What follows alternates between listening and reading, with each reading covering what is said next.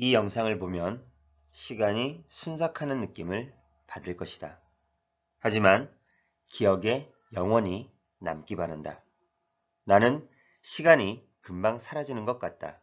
그만큼 바쁘게 열심히 하루하루를 보낸다. 그래서 시간이 아깝냐고?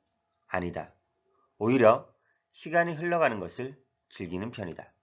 왜냐하면 시간이 흐르면 흐를수록 나는 점점 더 부자가 되어가기 때문이다. 지금 여러 부동산을 소유하고 관리하고 있다. 그렇다 보니 매달 들어오는 월세를 확인한다. 매번 입금이 되면 문자 알림이 온다. 띠링.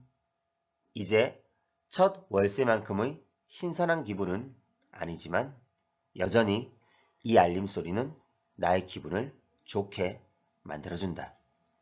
그리고 한편으로는 문득문득 신기하다. 이런 돈 버는 시스템이 있다는 것이 말이다. 예전에는 몰랐으니까. 그리고 내가 그 시스템을 만들어 자본소득인 현금 흐름을 가지고 있다는 사실이 솔직히 기쁘고 감사하다.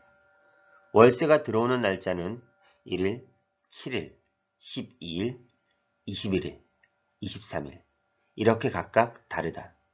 한때는 1일에서 31일까지 이렇게 매일 월세가 들어오도록 세팅하고 싶었다. 하지만 타이밍이 그렇게 되지는 않더라. 그리고 날짜보다는 금액이 중요하니까.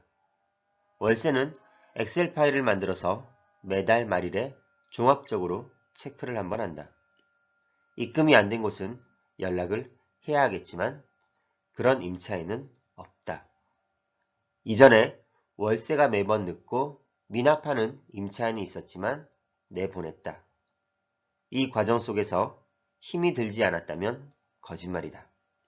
하지만 이 임차인 때문에 월세 미납에 어떻게 대처하면 좋은지 그리고 비교적 빨리 받아내는 좋은 방법을 터득했다. 덧붙이자면 지나고 나니 역시 마인드가 중요함을 또 다시 느낀다. 이렇게 된 김에 그냥 차라리 팔아버릴까? 라는 생각도 했지만 황금알을 낳는 거위였다. 지금은 월세도 꼬박꼬박 잘 들어오고 재건축 소식도 들린다. 그 후에는 임차인을 신경 써서 받았더니 이제 그런 문제는 없다. 다 경험이고 시행착오가 나를 더 능력자로 만들어준다. 만약 월세를 미납하는 임차인이 있다면 4가지 자료를 참고하기 바란다. 블로그나 카페를 통해서 올려놓겠다. 이제 여러 부동산을 가지고 있다면 거기서 나오는 월세 이외에 또 하나를 더 체크해야 한다. 바로 임대차 계약 기간이다. 나는 계약을 하게 되면 곧바로 만기가 다가오기 3개월 전에는 스케줄표에 알람이 오도록 설정을 해둔다. 지금은 3월이다. 봄 이사철이라서 3월에 계약을 한 곳이 꽤 있다. 만기가 돌아오는 곳의 임차인들에게 모두 사전에 연락을 했다. 그러니까 대부분 계약 연장 의사를 밝혔다. 그리고 생각보다 쉽게 월세를 올려받았다.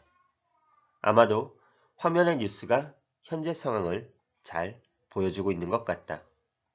내 블로그에 매일 뉴스를 올리고 있는데 거기서 캡처한 내용이다. 임차인들도 현재 시세를 아는지 요즘 분위기를 파악했는지 대부분 월세를 올려달라고 하니 수긍했다. 적게는 10만원부터 많게는 100만원 단위까지 증액을 했다. 뉴스 그대로 전세의 월세화이다. 그리고 임대차법에 둔감한 분들도 꽤 있더라. 나는 분쟁 없이 연장 계약을 모두 마쳤다. 그런데 지방의 한 곳만이 임차인께서 더 살지 않고 나가신다고 했다. 집을 새로 사서 간다고 하셔서 진심으로 축하해드렸다. 아마 첫 집이라서 더 응원해드리고 싶었던 것 같다. 결심 잘 하셨다고. 여긴 거리가 있는 곳이라 이번에도 역시 부동산을 통해 집을 내놓았다. 지난번에도 중개를 해준 곳으로 단독으로 내놓고 좀 기다렸다가 안 되면 여러 곳에 연락을 드릴 계획이었다. 역시나 월세를 좀 올려받고 싶었다. 동네 시세는 2년이 지나서 어떻게 되었는지 정확히 파악은 안 했지만 월세는 잘 나가는 느낌이었다. 그런데 부동산에서 내가 제시한 금액 정도로는 못 받는다고 낮추자고 한다. 예전 같으면 네, 그럼 그렇게 해주세요 라고 했겠지만 내 집의 시세는 내가 정하는 법.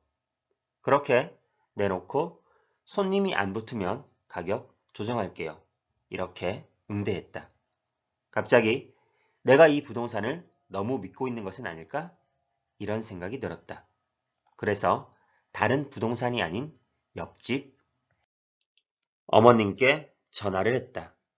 실제 이 집도 경매로 받은 집이라서 조사와 분석 그리고 낙찰과 명도의 과정을 겪었다. 그래서 이웃과 안면이 있다. 또한 최근 옆집에 사시는 분이 손자를 돌보기 위해서 이 집을 월세 놓고 이사를 가셨다는 이야기를 관리소를 통해 들었었다. 전화를 하니 역시나 반갑게 맞이해 주셨다. 안부 등을 물으면서 월세 얼마에 놓고 가신 거예요? 라고 여쭤보았다. 대답을 듣는 순간 헉, 나보다 훨씬 더 많이 받고 있는 것 아닌가? 그 정도로 받을 수 있나요? 어떻게 임차 맞추셨어요? 라고 물으니 여기는 교차로에 내놓으면 돼. 금방이야. 사람들이 부동산보다 교차로를 보고 거래를 더 많이 해. 이러시는 게 아닌가? 당장 교차로에 전화를 해서 내가 받고 싶은 월세 가격으로 내놓았다. 비용은 한 달 광고 금액이 단돈 5만 원이었다.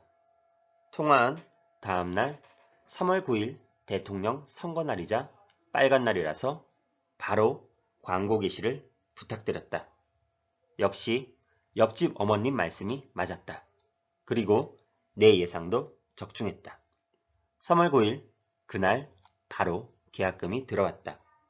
월세는 깎아달라는 말도 없었다. 그냥 집 비번을 알려주었고 깨끗이만 봐달라고 했다. 보고 나서 마음에 든다고 하였다. 그리고 바로 계약금 입금 완료. 이날만 5통 넘게 전화가 왔었고 다행히 내가 선호하는 신혼부부가 있어서 그들과 계약했다. 그리고 나서도 20번 넘게 전화가 왔었고 오늘까지도 연락이 끊이질 않는다. 집을 볼 수 있냐고. 한 달 광고 기간의 덕을 톡톡히 보고 있다. 마음 같아서는 더 올려받아도 집은 수월하게 나갈 수 있을 것 같아 아쉬운 마음이 생겼다. 수요가 이렇게 많지 않은가? 심지어 이 광고를 보고 부동산에서도 전화가 왔다. 우리가 놔주겠다고. 중개비는 상대방에게만 받겠다고. 현장에는 거기에서만 찾을 수 있는 답이 있었다. 그 동네에 오래 사셨던 옆집 어머님이 현장 분위기를 제일 잘 알고 계셨고 임대 놓는 방법도 쉽게 알고 계셨다. 통화를 하지 않았다면 나는 교차로의 존재를 영영 몰랐을 거다. 결국 생각대로 지난번보다 내가 원한 만큼 월세를 올려받아 계약을 완료했다. 최종 비용은 10만원과 스타벅스 쿠폰 2장이 들어갔다. 기존 부동산에 대리계약을 맡겼고 매번 가보지도 못하고 부탁만 드려 죄송하다는 말씀과 함께 5만원을 드렸다. 그리고 카톡으로 커피 쿠폰을 감사의 마음을 더해 쏴드렸다. 또한 옆집 어머님께도 스타벅스 선물을 카톡으로 드렸다. 매우 기뻐하시니 나도 마음이 편해진다. 지방 부동산 관리 어렵지가 않다. 결론이다. 1. 전세 월세하는 진짜다. 2. 내 집의 시세는 내가 정한다. 3. 현장에는 그곳만의 답이 있다. 앞서 이야기했듯 나의 시간이 왜 빨리 흘러가고 시간이 흐를수록 부자가 되어가는지 이제 알 것이다. 여러분도 근로소득이 아닌 자본소득을 가져보기 바란다. 하나만 세팅하면 된다는 마음으로 도전하자.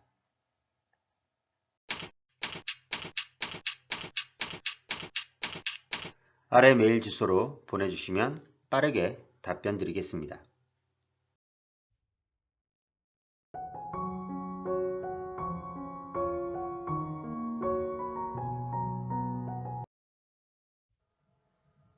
네이버 카페에 오시면 더 많은 정보를 확인하실 수 있습니다.